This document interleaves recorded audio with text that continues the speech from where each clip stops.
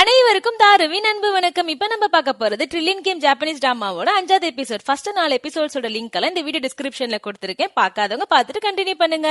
இப்ப ஹரு தொப்பி அங்கிள் கிட்ட அங்க ஜப்பான்ல இருக்க பெரிய ஹீரோயின் ஏஜென்சி ஒன்னு கைப்பற்று நினைக்கிறேன். ஏன்னா அங்கதான் பெரிய பெரிய ஹீரோயின்ஸ் எல்லாருமே இருக்காங்க. அவங்க தான் அட்வர்டைஸ்மெண்ட்க்கு நடிப்பாங்க. அவங்களுக்கு கைப்பற்றினா கிட்டத்தட்ட பாதி மீடியாவே நம்ம கவர் பண்ண மாதிரி. அது மட்டும் இல்லாம அந்த ஏஜென்சில தான் ஆல்ரெடி தொப்பி அங்கிள் வேலை பார்த்திருப்பாரு. ஏதோ ஒரு காரணத்துக்காக அவரை வேலையோட தூக்கி இருப்பாங்க. அதுக்கு ஒரு நியூஸ் பரவிட்டு இருந்திருக்கு. அதை பத்தி தான் ஹரு தொப்பி அங்கிள் கிட்ட பேசுறான். ரெண்டு பேரும் சேர்ந்து ஒன்னா ஒர்க் பண்ணுங்கிற மாதிரி ஹரு கேக்குறான் பாருங்க. நான் தொப்பி அங்கிள் இதுல ஒத்துக்க மாட்டேங்கிற, இல்ல முடியாது அப்படிங்கிற மாதிரி சொல்லிடுறாரு. இப்பதான் ஒரு பிளாஷ்பேக் காட்டுறாங்க. தொப்பி அங்கிள் அந்த ஏஜென்சில ஒர்க் பண்ணிட்டு இருக்கும் போது அங்க ஒரு சின்ன பையனை ஒரு ஹீரோவா மாத்துறதுக்காக ரொம்ப பாடுபட்டிருப்பாரு. அது மட்டும் இல்லாம அந்த பையனை அவருக்கு ரொம்ப ரொம்ப பிடிக்கும். அந்த பையனுக்கும் இந்த நியூஸ்க்கும் ஏதோ சம்பந்தம் இருக்கு. இப்ப இதே சமயத்துல கவின் பாத்தீங்கன்னா ரொம்ப சோகமா வந்துட்டு இருக்கான் அந்த ஹோட்டல்ல இருந்து. அப்ப ஹரு கேக்குறான், இப்பயே சோகமா இருந்தா எப்படி, நீ தான் இந்த விஷயத்தை எல்லாருமே அவங்க கிட்ட சொல்ல போறாங்கிற மாதிரி சொல்றான் பாருங்க. அதை கேட்டு அவன் இன்னுமே ஷாக் ஆறான். இப்ப என்னன்னா ஹரு மறுநாளே அந்த ஏஜென்சிக்கு போறான். அங்க பாத்தீங்கன்னா எல்லா செவுத்துலயும் போஸ்டர்ஸ்லயும் இந்த தொப்பி அங்கிள் ஒரு சின்ன பையனை வளர்த்திருப்பாருல, அவன் தான் இப்ப பெரிய ஹீரோவா இருக்கான் இத்தனை வருஷத்துல. இப்ப ஹரு போயிட்டு அந்த ஏஜென்சி ஹெட் கிட்ட போயிட்டு உங்க கம்பெனி நாங்க விலைக்கு வாங்க போறோம், எங்களுக்கு எழுதி கொடுங்கிற மாதிரி கேக்குறான். இப்ப ஹரு அந்த ஏஜென்சி ஹெட் கிட்ட போயிட்டு நாங்க ட்ரில்லியன் கம்பெனில இருந்து வரேன், இந்த கம்பெனி நான் டேக் ஓவர் பண்ண போறேன், எனக்கு எழுதி கொடுங்கிற மாதிரி சொல்றான் பாருங்க. அதை கேட்டு அவன் சிரிக்கிறான். அப்புறம் தொப்பி அங்கிள் பேரை சொன்னோடனே அவன் கொஞ்சம் பயப்படுறான். என்ன அந்த ஆக்சிடென்ட் காட்டி இப்ப கேட்க போறியா, அதெல்லாம் முடியவே முடியாது, அவனே நாங்க தோர்த்திட்டோம், நீ ஏமாத்துறோம், கிளம்பு அப்படிங்கிற மாதிரி இவன் சொல்லிடுறான். இப்ப இதே சமயத்தில் ட்ரில்லியன் கேம் கம்பெனில பாத்தீங்கன்னா அந்த கேமர்ஸ் எல்லாம் செம்ம ஹாப்பியா இருக்காங்க. ஏன்னா அவங்க கேம் உருவாக்கிட்டு இருக்காங்க, ஆல்மோஸ்ட் முடிக்க போறாங்கிற மாதிரி பேசிட்டு இருக்காங்க கதையெல்லாம். ஆனா கவின் இதெல்லாம் பார்க்கும்போது இன்னுமே அவனுக்கு மனசு ஓடிது, ரொம்ப கில்ட்டி ஆயிடுறான். இப்ப அதே சமயத்துல அந்த இடத்துக்கு பதட்டமா டீனா வர. என்னன்னு பாத்தீங்கன்னா இவங்க அக்கௌண்ட்ல இருந்து அந்த 200 கோடி காணும். அதை பாத்தீங்கன்னா ஹரு எடுத்திருக்கான். இப்ப ஹரு மேல செம்ம காண டீனா வேக வேகமா கிளம்புறா ஹருவை பாக்குறதுக்காக. என்ன அவன் நினைச்சா என்ன வேணா பண்ணுவானா, நம்ம கிட்ட எதையும் சொல்லவும் மாட்டேங்கிறான். இவ்வளவு பேரை கூப்பிட்டு வச்சு எல்லா இன்வெஸ்ட்மெண்ட்டையும் அவனே எடுத்துக்கிட்டான். நான் ரெண்டுல ஒண்ணு பார்க்க விட மாட்டேன் அப்படிங்கிற மாதிரி டீனா வேகமா போறா பாருங்க. அப்ப கவின் தடுக்கிறான். எனக்கு இந்த விஷயம் முன்னாடியே தெரியும், ஹரு எல்லாமே மீடியா வாங்குறதுக்காக காசை எடுத்துக்க போறாங்கிறது எனக்கு தெரியுங்க முறை, நீயுமா இதுக்கு உடந்த அப்படிங்கிற மாதிரி அவ கேக்குறா பாருங்க. இல்ல எனக்கும் இந்த கேம் உருவாக்கணும் தான் ஆசை அப்படிங்கிற மாதிரி சொல்ல மாதிரி. சரி உனக்கும் சேர்த்து நான் அவனை திட்டுறேன் அப்படிங்கிற மாதிரி கிளம்புறான். அப்ப வேகமா கவின் புடிச்சு இழுக்கிறான் பாருங்க. அவ தொம்முனு கீழே விழுந்துறான். அவன் மேல கவின் கீழே விழுந்துறான். அப்போ கூட அதெல்லாம் இவங்க யோசிக்க மாட்டேங்கிறாங்க. அவன் பாட்டுக்கு பேசிட்டு இருக்கான். இப்ப போய் நீ சண்டை போடாத, எனக்கு ஹரு கூட யாரும் சண்டை போட விருப்பம் கிடையாது, நானும் ஹருவும் ஒரு பனி போர்ல இருக்கும், நான் எப்படிதான் இந்த கேம் உருவாக்கி காட்டுவேன், அவன் நினைச்ச மாதிரி அவன் இருக்கட்டும், நான் நினைச்ச மாதிரி இந்த கேம் உருவாக்குவேன் அப்படிங்கிற மாதிரி இவன் வாக்குறுதி கொடுத்தோன்னே டீனா அப்படியே காம்ப்ரமைஸ் ஆறா. இப்ப கவின் இந்த எல்லா விஷயத்தையுமே அந்த கேமர்ஸ் எல்லார்கிட்டயும் சொல்லிடுறான் பாருங்க. அதை கேட்டு அவங்க மனசே உடஞ்சிடுறாங்க. அப்ப இது எல்லாமே பொய்யா, அப்ப அந்த மோட்டோங்கிற ஒருத்தவன் இல்லவே இல்லை, இனிமே என்ன பண்ண போறோம், கேமும் கிடையாது இன்வெஸ்ட்மெண்ட்டும் கிடையாது அப்படிங்கிற முறை கவின் வாக்குறுதி கொடுக்குறான். கண்டிப்பா இந்த கேம் டெவலப் ஆகும், அதுக்கு நான் ஹெல்ப் பண்றேன் அப்படிங்கிற மாதிரி சொல்றான். அப்ப கூட இவங்க எல்லாம் கேக்குறாங்க, அப்ப கூட நமக்கு மோட்டோ இல்லையே, அந்த ஆள் இல்லாம நம்ம என்ன பண்ண முடியும், அந்த மாதிரி ஒரு பெரிய ப்ரொடியூசர் வேணுமே அப்படிங்கிற முறை இவன் என்ன சொல்றானா, எனக்கு தெரிஞ்ச ஒரு ஃப்ரெண்டை நான் நேத்து பார்த்தேன், அவன் அந்த கம்பெனில டிராகன் பேங்க்ல வேலை செய்யறான், அவன் கிட்ட கேட்டு அந்த டெவலப்மெண்ட்ல யாரெல்லாம் இருந்தாங்க அப்படிங்கறத பார்த்து அந்த கேமர்ஸ் நான் புடிச்சிட்டு வரேங்கிற மாதிரி இவன் சொன்னோன்னே அப்படியே அந்த லீடர் பாய் செம்ம ஹாப்பி ஆயிடுறான். கடவுள் இருக்காண்டா குமாரு, ஓ மூலமா அது வரான், எப்படியாவது அவனை கண்டுபிடிடா அப்படிங்கிற மாதிரி இவங்க சொல்றாங்க. இப்ப ஹரு தொப்பி அங்கிளை பார்க்க வரான் பாருங்க. அவர் கேக்குறாரு, என்ன குட்டி போட்டு போன மாதிரி என்ன சுத்தி சுத்தி வந்துட்டு இருக்க, என்னதான் உனக்கு வேணுங்க மாதிரி, எனக்கு எல்லாம் தெரியும், அந்த ஆக்சிடென்ட் நீங்க பண்ணல, உங்களுக்கு பிடிச்ச பையன் அவன் பண்ணனாலதானே பழி நீங்க ஏத்துக்கிட்டீங்க அப்படிங்கிற மாதிரி இவன் கேக்குறான். ஆக்சுவலா உண்மையில அதான் நடந்திருக்கும். அந்த பையன் போயிட்டு ஏதோ ஒரு பொண்ணு போய் இடிச்சிருவான், அப்படியே அழுதுட்டு வேகமா வருவான் பாருங்க. அப்ப அவன் சின்ன பையனா இருப்பான். அது மட்டும் இல்லாம ஏஜென்சியும் அப்பதான் சின்னதா இருந்து பெருசாயிட்டு இருக்கும். இந்த மாதிரி ஒரு 5-6 ஹீரோஸை நம்பிதான் அதுவும் இருக்கும். இப்ப இந்த நியூஸ் மட்டும் வெளியே தெரிஞ்சிச்சுன்னா இந்த கம்பெனியே பேன் பண்ணிடுவாங்க. அதனால தொப்பி அங்கிள் சின்ன பையன் நலன் கருதி அந்த ஏஜென்சி நலன் கருதி அவர் அந்த பழி ஏத்துப்பாரு. அந்த ஏஜென்சில இருக்க எல்லாரும் என்ன முடிவு பண்ணுவாங்கன்னா, ஒரு கொஞ்ச நாளைக்கு மக்கள் பார்வையில இருந்து ஒழிச்சு வைப்போம், அதுக்கப்புறம் கொண்டு வர நினைப்பாங்க. ஆனா இங்கதான் விலங்கு ஏற்படுத்துற ரேயா ஏன்னா அவளோட பேங்குக்கு நிறைய இவங்க தான் அட்வர்டைஸ்மெண்ட் பண்ணிருப்பாங்க. சோ இப்ப இது நெகட்டிவ் இம்பாக்ட் ஆயிடும் மக்கள் முன்னாடி எங்க பேங்குக்கு. அதனால இவரை இனிமே எந்த வேலைக்கு நீங்க சேர்த்து கூடாது, இவரை மொத்தமா வீட்டுக்கு அனுப்பிச்சுட்டுருங்க அப்படிங்கிற மாதிரி அவ சொல்றா பாருங்க. அதை கேட்டு அவங்க எல்லாருமே ஷாக் ஆயிராங்க. ஆனா பண்ணாமே இருக்க முடியாது, ஏன்னா இவங்க தான் மேஜரான ஸ்பான்சரே. சோ இதுதான் ரேயாக்கும் தொப்பி அங்கிளுக்கு இருந்த முன்பகு. சரி இதெல்லாம் உனக்கு எப்படி தெரியும் அப்படிங்கிற மாதிரி தொப்பி அங்கிள் கேக்குறாரு பாருங்க. நான் சும்மா போட்டு வாங்க, நீங்களே உண்மையை உளறிட்டீங்க அப்படிங்கிற மாதிரி அவன் சொல்றான். இப்ப ஹரு சொல்றான், அந்த ட்ரம்ப் கார்டு நம்ம கிட்ட இருக்கு, இதை வச்சு அவங்க ஏஜென்சியோட மேஜர் ஹீரோ அவன் தான், அவனை இறக்கிட்டாலே போதும் அந்த ஏஜென்சியே முடிஞ்சிடும், இதை வச்சு நம்ம பிளாக்மெயில் பண்ணி அந்த ஏஜென்சி எப்படியாவது நம்ம வாங்கிப்போம், உங்க பேர்ல அந்த ஏஜென்சி இருக்கட்டும் அப்படிங்கிற மாதிரி சொல்றான் பாருங்க. அதுக்குள்ள ரொம்ப செலவாகும்டா தம்பி, உங்ககிட்ட இல்ல, உங்ககிட்ட இருக்கிறதே மொத்தம் 200 கோடி தான் அப்படிங்கிற முறை மொத்தத்தையும் நான் என் அக்கௌண்ட்ல வச்சிருக்கேன் பாருங்க, எல்லாமே இந்த மீடியாக்காக தான் அப்படிங்கிற முறை. அட பாவி, நீ என்னடா இப்படி இருக்கிற, எதுக்கு இதெல்லாம் பண்ற அப்படிங்கிற மாதிரி அவர் கேக்குறாரு. அதுக்கு அவன் சொல்றான், நாங்க ஒண்ணுமே இல்லாதப்ப நீங்க எங்க பேர்ல 30 கோடி கொடுத்து எங்க ட்ரில்லியன் கேம் கம்பெனி உருவாக்குனீங்க, இங்க கிட்ட இருக்க எல்லாத்தையுமே உங்க மேல பணையம் வைக்கணும் அப்படிங்கிற மாதிரி ஹரு சொல்றான் பாருங்க. அதை கேட்டு அவர், சரி என் மேல பணையம் வைக்கிறதுலாம் பிரச்சனை கிடையாது, அது உண்மையில இன்வெஸ்டர்ஸ் போட்ட அமௌண்ட், நீ கேம் தயாரிச்சு கொடுக்கலாம் அவங்க மேல கம்ப்ளைண்ட் கொடுப்பாங்க, என்ன பண்ணுவாங்க மாதிரி, அதெல்லாம் பாத்துக்கலாம், ரிஸ்க் எடுக்கலாம், ரிஸ்க் சாப்பிட முடியாது, ஃபர்ஸ்ட் மீடியா வைப்போம், அந்த மீடியால இருந்து வர காசை வச்சு கேம் டெவலப் பண்ணிடும், முடிஞ்சிருச்சு அப்படிங்கிற மாதிரி அவன் அசால்ட்டா சொல்றான். சரி ஒரு கை பாத்துரும் அப்படிங்கிற மாதிரி இவங்க 2 பேரும் முடிவு பண்றாங்க. இப்ப பாத்தீங்கன்னா இங்க கவினை கட்டுறாங்க. அவன் ஒரு ஃப்ரெண்டு தெரியும், அவன் மூலமா அந்த டிராகன் பேங்க் கேம் உருவாக்குன அந்த டெவலப்பரை கண்டுபிடிக்கிறமா தெரியுமா, அது எல்லாமே போய் இவன் சும்மா உங்களுக்கு நம்பிக்கை தரதுக்காக சொல்லியிருப்பான். இவன் எந்த அடிப்படையில அவன் சொல்றான்னா, டிராகன் பேங்க் கம்பெனியை அடிக்கடி அவன் ஹேக் பண்ணிருப்பான். அந்த வெப்சைட் எல்லாம் எப்படியாவது ஹேக் பண்ணி அவங்க கிட்ட இருக்க எல்லா டேட்டாவே நம்ம எடுப்போம், அந்த டெவலப்மெண்ட் டீமை நம்ம எடுப்போங்கிற நம்பிக்கையில அவன் சொல்லியிருப்பான். அதே மாதிரி ஹேக் பண்ண ஆரம்பிக்கிறான். ஒரு கட்டத்துல உள்ள போயிடுறான் பாருங்க. அந்த கம்பெனி என்ன பண்ண போறாங்க, இன்னும் 6 வருஷம் 10 வருஷத்துக்கு என்ன பிளான் இருக்கு, அவங்க என்ன கேம் லான்ச் பண்ண போறாங்க, யார் கூட எங்க மீட்டிங் வைக்க போறாங்க, எல்லா இன்ஃபர்மேஷனும் டேட்டா பேஸ்ல இருக்கு. இப்ப கவி நினைச்சா எதை வேணா தட்டி தூக்கலாம், அவங்கள ஒண்ணுலாம ஆக்கலாம், பல கோடி நஷ்டம் ஏற்படுத்தலாம். ஆனா அவன் எதுவுமே பண்ணல. சொல்ல போனா அந்த கேமோட டெவலப்மெண்ட் டீம் இன்ஃபர்மேஷன் கூட அவன் எடுக்கல. கவின் ரொம்ப ஃபீல் பண்றான். இந்த ஹருவா தான் எப்படி ஹேக் பண்ணிருப்பான், எல்லாமே எடுத்திருப்பான், நம்ம இப்படி தோத்தாங்கோலியா இருக்கும் அப்படிங்கிற மாதிரி போய் டீனா கிட்ட சொல்றான் பாருங்க. டீனா சொல்றா, இதுதான் நீ ஒன்னும் தோத்தாங்கோலி கிடையாது, வீடு பாத்துக்கலாம் அப்படிங்கிற மாதிரி அவ சொல்றா. இப்ப மறுநாள் டிராகன் பேங்க் காட்டுறாங்க. அங்க இருக்க எல்லா எம்ப்ளாயிஸ்மே பயங்கர பதட்டமா இருக்காங்க. குறிப்பா ரேயா ரொம்ப பதட்டமா இருக்கா. ஏன்னா யாரோ ஹேக் பண்ணிருக்காங்க, என்ன எடுத்திருப்பாங்களோ, நம்மளுக்கு பல லட்சம் கோடி லாஸ் ஆக போகுதுங்கிற மாதிரி யோசிச்சுட்டு இருக்கோம். அங்க இருக்க எக்ஸ்பர்ட்ஸ் எல்லாம் வந்து சொல்றாங்க, யாரோ ஒருத்தவங்க ஹேக் பண்ணது உண்மைதான், ஆனா எந்த ஒரு தகவலையும் நம்ம கிட்ட அவங்க திருடல. சொல்ல போனா நம்ம இந்த மாதிரி இன்னொருத்தவங்க நம்மள ஹேக் பண்ணாம இருக்க நம்ம என்ன பண்ணணுங்கிற வழிமுறைகளை மட்டும் தான் நமக்கு விட்டுட்டு போயிருக்காங்க. யாரா அது, இப்படி ஒரு நல்லவன் எப்படா இருப்பான் அப்படிங்கிற மாதிரி எல்லாரும் யோசிக்கிறாங்க பாருங்க. ரேயா புடிச்சிடுறா. ஏன்னா இவ கவினை இன்டர்வியூ எடுக்கும் போது இதே மாதிரி டெக்னாலஜிக்கா செம்மையா அவன் தான் பேசியிருப்பான், தான் இந்த வேலையை பண்ணிருப்பான். ஏன்னா அவனால தான் ஹேக் பண்ண முடியாது, அதே சமயத்துல மத்தவங்கள எதிரியா இருந்தாலும் காப்பாற்ற முடிய ஒரு குணம் அவனுக்கு தான் இருக்குன்னு இவளுக்கு தெரியும். இப்ப இங்க கவினை காட்டுவாங்க, அவனால எதுவுமே பண்ண முடியாம ரொம்ப சோகத்துல வந்து கோக் பாட்டில் எடுத்துட்டு இருப்பான் பாருங்க. பார்த்தா அப்ப ரேயா கால் பண்ணுவா. ரேயா குரலை கேட்டோன்னே கையில இருந்த பாட்டில வந்து தூக்கி போட்டுருவான். அவ்வளவு பதட்டம் அவனுக்கு.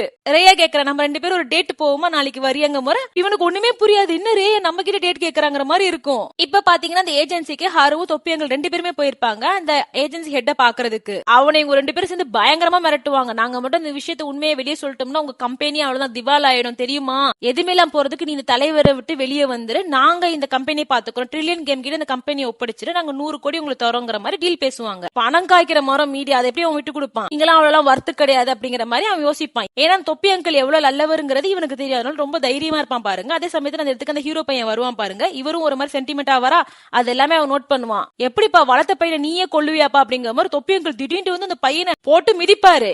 யாரா நீ, செத்து போனா கூட எனக்கு கவலை கிடையாது, உன்னால என் வாழ்க்கையே போயிடுச்சு அப்படிங்கிற மாதிரி பயங்கரமா அடிப்பாரு அவனை போட்டு. ஓ மேல கேஸ் போட போறேன், பொட்டி படிக்க கட்டி ரெடியா இரு, நீ ஜெயிலுக்கு கூடிய சீக்கிரம் போற அப்படிங்கிற மாதிரி சொல்றாரு பாருங்க. அதை கேட்டு அவனே பயப்படுறான் அந்த ஹெட். அதே சமயத்துல அந்த ஹீரோ பையனும் போட்டு தொப்பி அங்கிள் அடிக்கிறாரு. உன நான் எவ்வளவு நம்பினேன், நீ ஏன் இப்படி கழுத்து அறுக்கிற, நான் இவ்வளவு பெரிய ஹீரோவா ஆயிருக்கேன், நீ ஆசைப்பட்ட மாதிரி நான் ஆயிருக்கேன், என்ன ஏன் இப்ப ஆள வாடுற அப்படிங்கிற மாதிரி அவனும் ரொம்ப ஃபீல் பண்ணுவான். அப்ப ஹரு சொல்றான், சரி சரி இன்னைக்கு டிராமா போதும், மரியாதை இந்த கம்பெனி ட்ரில்லியன் கேம் கிட்ட கொடுத்துரு அப்படிங்கிற மாதிரி சொல்லிட்டு அவங்க வந்துருவாங்க. இப்ப தொப்பி அங்கிள் ஹரு கிட்ட கேக்குறான், டே எதுக்கு அந்த ஹீரோ பையனை இன்வால்வ் பண்ண இந்த விஷயத்துல அப்படிங்கிற மாதிரி, அப்பதான் ரியாலிட்டியா இருக்கும், அப்பதான் ஹெட் பையன் நம்புவான் அப்படிங்கிற மாதிரி இவன் சொல்றான். சரி அவனை எப்ப நீ பிடிச்ச அப்படிங்கிற மாதிரி கேட்கும் போது இவன் பாத்தீங்கன்னா ஃபர்ஸ்ட் டைம் போயிருப்பான், அப்பயே அந்த ஹீரோ பையனை பிடிச்சி ஃப்ரெண்ட்ஷிப் ஆயிடுவான். அவன் கிட்ட சொல்லுவான், உனக்காக அவர் எவ்வளவு பண்ணிருக்காரு, நீ இப்ப அவருக்கு திருப்பி கொடுக்க வேண்டிய நேரம் வந்துருச்சுங்கிற மாதிரி சொல்லியிருப்பாரு. இப்ப இங்க ட்ரில்லியன் கேம் ஆபீஸ் காட்டுறாங்க. கவின் பாத்தீங்கன்னா ட்ரெஸ் எல்லாம் செலக்ட் பண்ணிட்டு இருக்கான். ஐயோ நான் டேட் போறேன், அழகா இருக்கணுமே, நான் ஹரு மாதிரி இருக்கணுமே அப்படிங்கிற மாதிரி பாக்குறான் பாருங்க. இதெல்லாம் பார்த்துட்டு டேட்டா யார் கூட போக போற அப்படிங்கிற மாதிரி டீனா கேக்குறா. நான் வந்து ரேயா கூட போக போறேன், ரேயா என்ன டேட் கூப்பிட்டு இருக்கா, எனக்கு ரொம்ப பதட்டமா இருக்கு, என்ன ட்ரெஸ் போட போறேன்னு தெரியல அப்படிங்கிற மாதிரி இவன் பாக்குறான் பாருங்க. அவளுக்கு என்னது இவன் டேட் போக போறானா அப்படிங்கிற மாதிரி இருக்கு. இவங்க 2 பேருக்கும் சம்திங் ரொம்ப நாளா ஓடிக்கிட்டு இருக்கு. அந்த பொண்ணுக்கு இவனை பிடிக்கும், அவ ரொம்ப ஃபீல் பண்றா. நீயாவே இரு, நீ ஒன்ன மாதிரி ட்ரெஸ் போட்டு போ அப்படிங்கிற மாதிரி டீனா சொல்லிட்டு இப்ப ஹருவை பார்க்க போறா. ஹரு கிட்ட இந்த எல்லா விஷயத்தையும் சொல்றா பாருங்க. ஹரு சிரிக்கிறா, என்னது நம்ம கவின் இவ்வளவு வேலை எனக்கு தெரியாம பண்றானா, எனக்கு தெரியாம கேம் ப்ரொடியூஸ் பண்றதுக்கு போய் டிராகன் பேங்க ஹேக் பண்ணிருக்கான், அப்ப கூட அவனால எடுக்க முடியல, இப்ப ரேயா கூட டேட்டா சமப்போ மாசு பண்றீங்க நீங்க அப்படிங்கிற மாதிரி அவன் சிரிக்கிறான். இப்ப இங்க அம்யூஸ்மெண்ட் பார்க் காட்டுறாங்க. அங்க பாத்தீங்கன்னா கவி நின்னுட்டு இருக்கான். ரேயா வரமாட்டா இப்படிங்கிற மாதிரி நினைச்சிட்டு இருக்கான் பாருங்க. அவ பார்த்தா ரேயா ரொம்ப குஷியா வந்துட்டு இருக்கா, எப்பவும் இருக்க ரேயா மாதிரி இல்லாம ரொம்ப ஹாப்பியா இருக்கா. ரேயா டிக்கெட் எடுக்காம இவங்க எல்லாம் உள்ள விட மாட்டாங்க அப்படிங்கிற மாதிரி அவன் சொல்றான் பாருங்க. வாடா அப்படிங்கிற மாதிரி அவ கூட்டிட்டு போறா. அவங்க விஐபி என்ட்ரி எல்லா ரைடும் செம்மையா என்ஜாய் பண்றாங்க. அந்த பறக்கிறது, அந்த சுத்துறது, அது இதுன்னு எல்லாத்துலயுமே இவங்க கூட இந்த ரேயோட செக்ரட்டரி வேற வருவான். அவனை பார்த்தது ரொம்ப பயமா இருக்கும் எல்லாருக்குமே. இப்ப எல்லா ரைடும் முடிச்சுட்டு ஒரு வழி இவங்க ஐஸ்கிரீம் சாப்பிட்டே வெளியே வருவாங்களா. அப்ப கவின் கேட்பான், ஏதாவது ஒரு ரைட் நீ போகணும்னு ஆசைப்படுறியா அப்படிங்கிற போது வா நம்ம அந்த ராட்னம் போவோமா அப்படிங்கிற மாதிரி காமிக்கிற. அந்த ராட்னம் அவ்வளவு பெருசா இருக்கு, சரி வா போவோம் அப்படிங்கிற மாதிரி கவின் கூட்டிட்டு போறான். இப்ப அந்த ராட்னத்துக்குள்ள உட்காந்தோடனே பழைய மாதிரி ரேயா மாறிடுறா. அவ டோனே மாறிடுது, அந்த சைல்டிஷ் டோனே இல்லாம அப்படியே அந்த ரேயா டோன் வந்துருது. கவின் உனக்கு தெரியுமா, யாரோ எங்க பேங்க் ஹேக் பண்ணாங்க, ஆனா உனக்கு ஆச்சரியம் என்ன தெரியுமா, அவங்க எதுவும் எங்க கிட்ட திருடல, சொல்ல போனா நாங்க எப்படி இன்னும் சேஃப்டியா இருக்கணுங்கிற நிறைய எங்களுக்கு சொல்லி கொடுத்துருக்காங்க, இப்படி நடக்குமா, நீ யார கெஸ் பண்ற அப்படிங்கிற மாதிரி அவங்கிட்டே கேக்குறா பாருங்க ரேயா. அவன் என்கிட்ட கேட்டா எனக்கு எப்படி தெரியும் தெரியலையே அப்படிங்கிற மாதிரி அவன் பாக்குறான். சரி எதுக்காக எங்க பேங்க் சர்வர் அவங்க நோடி இருப்பாங்க நீ நினைக்கிற அப்படிங்கிற முறை ஒருவேளை அந்த டிராகன் பேங்க் கேமோட டெவலப்மெண்ட் டீம் பார்க்க கூட இருக்கலாம் அப்படிங்கிற மாதிரி வாய விட்டுறான் பாருங்க. ஓ அப்படியா விஷயம் அப்படின்னு சொல்லிட்டு இப்ப ரே என்ன பண்றான்னா கவின் பக்கத்துல வந்து உட்காந்துக்கிறா. கவின் இன்டர்வியூ அப்ப என்ன சொன்ன, டிராகன் பேங்க்ல வேலை பாக்கணுங்கிறத உன்னோட ஆசைன்னு சொன்ன கரெக்டா,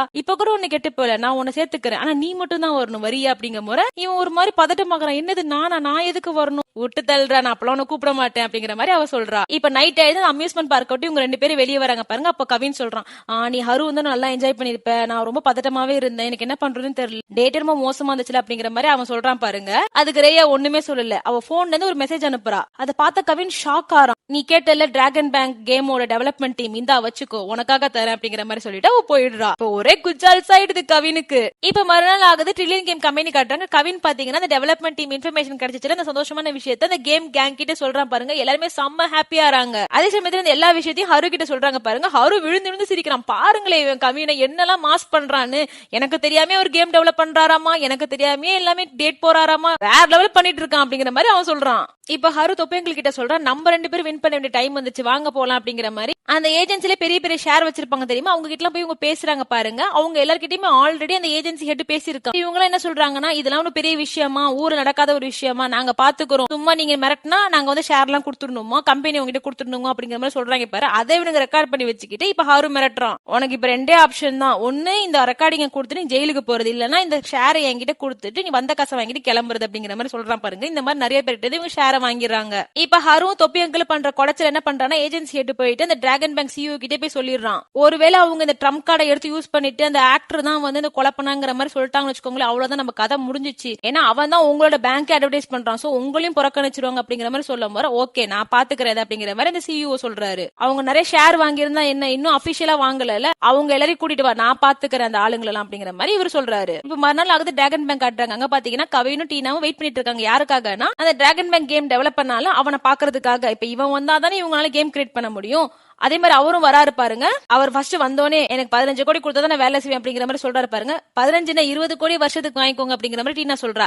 பண்ணி கேர்ள் 15 கோடி மாசம் மாசம் எனக்கு வேணும் அப்படிங்கிற மாதிரி அவர் சொன்னோன்னே இவங்க ஷாக் ஆயிடுறாங்க. இவங்க என்ன பண்றதுன்னு தெரியல, இவங்க பட்ஜெட்டும் ரொம்ப கம்மியா இருக்குல்ல. அப்ப அந்த இடத்துக்கு கரெக்டா பாத்தீங்கன்னா ஹரு வரும். அதெல்லாம் பிரச்சனையே கிடையாது. ஃபர்ஸ்ட் நீங்க என்ன பண்ணுங்கன்னா, ஒரு 3 மாசம் கிட்ட எங்க கம்பெனிக்கு வந்து விசிட் பண்ணுங்க, எங்க ஆளுங்கெல்லாம் எப்படி ஒர்க் பண்றாங்க பாருங்க. உங்களுக்கு பிடிச்சிருந்துச்சுன்னா அப்புறம் எங்க கம்பெனி நீங்க சேருவீங்கன்னு விருப்பப்பட்டீங்கன்னா வாங்க, இதே பேக்கேஜ் நீங்க வாங்கிக்கோங்க அப்படிங்கிற மாதிரி அவன் சொல்றான் பாருங்க. இந்த டீலிங் அவனுக்கு ரொம்ப பிடிச்சிருக்கு. இப்ப ஹரு கவின் கிட்ட சொல்றான், நான் கூட தப்பு பண்ணிட்டேன்டா, நான் வெறும் மீடியா அது பின்னாடியே போயிட்டு இருந்தேன், நான் நினைச்ச 2மே கூட அச்சீவ் பண்ணலாம், அதை நீ தான் எனக்கு காட்டி கொடுத்த.